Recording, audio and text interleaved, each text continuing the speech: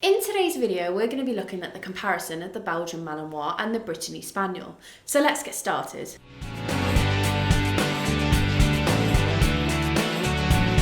Welcome back to the Fenrir Brittany Show. If this is your first time here, my name's Charlie and I'm a certified canine leader here at FenrirCanineLeaders.com.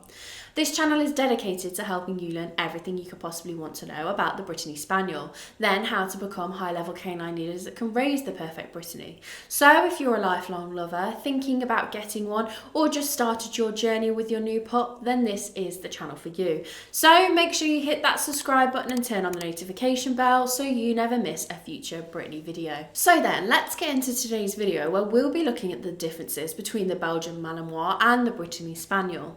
We'll start with a quick look at their interesting histories. Now, it should be no surprise that the Belgian Malinois originates from Belgium, but it might surprise you to know that they are just one of 4 varieties of Belgian Shepherd dog. In some countries, all 4 varieties are classed together as Belgian sheepdogs, but in 1959, the American Kennel Club registered the Malinois as a separate breed. This breed was developed in the late 1800s, and the Club de Chien de Berger Belge, or the Belgian Shepherd Dog Club, was formed in 1891 to determine which shepherd dogs were representative of those developed in Belgium. In November of that year, veterinary professional Adolf Roel concluded that the native dog found on the outskirts of Brussels, a dog of square medium build, dark brown eyes and well triangular ears, was to be that base representative. During the first decades of the 20th century, the Malinois was one of the most popular Belgian export dogs.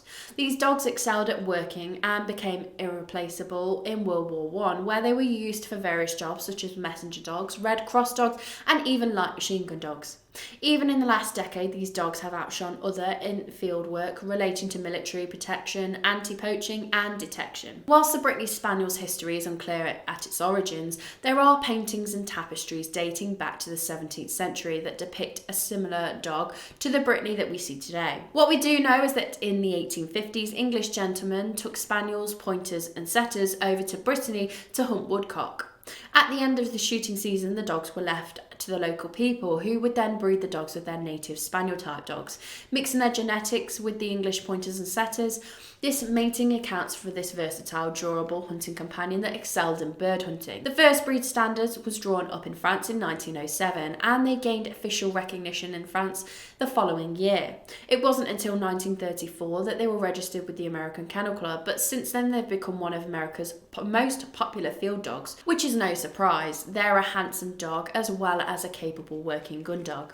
Now that we know a little bit about the history of this breed, let's look into a brief comparison of their strikingly different appearances. The Malinois is a well-balanced, elegant dog that holds its head and neck proudly. They are strong, agile, well-muscled and alert, standing square on 4 long legs and giving a sense of sturdiness without being bulky. Females are distinctly more feminine to look at, but are no less impressive. Their head is clean cut with a tight muzzle and jowls, a soft sloping forehead and neat upright ears. The neck is muscular, giving them an impressive stance, moving into strong, well-muscled shoulders and a level back. The overall body should look lean and strong, but never bulky. The legs are long and agile, not clumsy, and they have compact but powerful feet, suitable for all terrains. The tail is long and sits relaxed unless they're alert or on a hunt, where it will sit up and almost like a hound's. These are all weather dogs and have a coat for it. They have a double coat. The undercoat is dense and waterproof, and the top coat is coarse and relatively short around the face, main body and legs. A longer coat is permitted around the neck and the back of the thighs.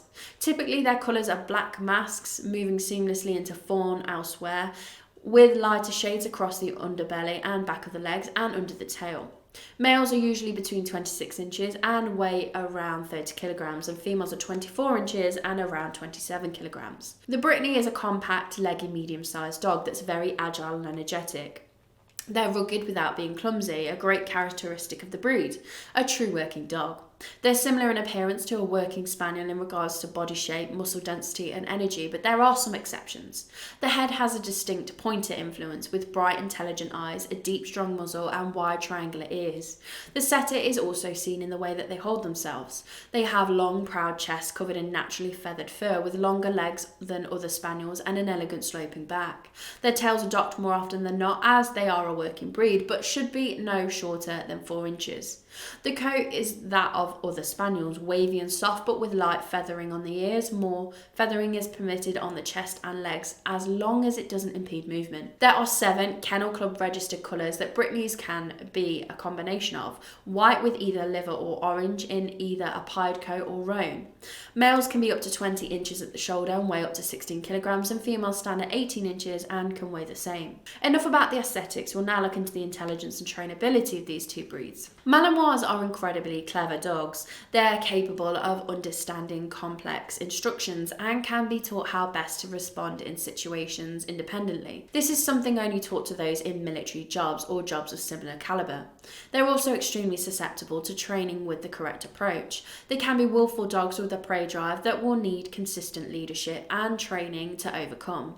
These aren't for first-time dog owners. They'll need an experienced hand when it comes to training, but trained correctly, these are stunning working dogs. You'll struggle to find their equal. Brittany's are also made to work alongside humans, so they too are extremely intelligent and eager to please, but have more of a willing disposition, making them ideal hunting companions. A patient and encouraging approach to training will get the best results from this breed. They have naturally upbeat dispositions, so they'll respond best to more positive training techniques. Due to their nature, be careful of their prey drive. It can sometimes be too tempting to chase after anything with feathers for this breed, so make sure your recall's bulletproof before letting them completely off the lead. Time to explore the typical temperament expectancies. The Malinois is very affectionate and protective of their owners, but can be reserved with strangers until they've sussed them out. They're an exceptionally confident dog and they have impeccable watchdog abilities. You'll never sneak up on one. Socialisation is key with this breed. They can be known to exhibit dog aggression if they aren't introduced properly to canine environments at a young age. This can come from a place close to their protective nature, but is something prospective owners should be aware of. Working drive is key to this dog's temperament too. They love to be busy and will need to prevent any destructive behaviours from creeping in. A Brittany is a friendly, bright-eyed dog that's full of energy. They have sweet dispositions and will be eager to please their owners. They're more suited to a home where they'll be active or worked and have extensive training to satisfy their mental and physical needs. If these aren't met, then they can be prone to excessive barking or pacing in the home. But if socialised and worked appropriately, you won't find a more reliable gun dog that will happily spend hours on end with you in the field. Now for a little bit about exercise and grooming. You'll struggle to find a dog with more energy and drive than a Malinois. They can go on all day like a Duracell battery. They have seemingly endless energy, both in their mind and body.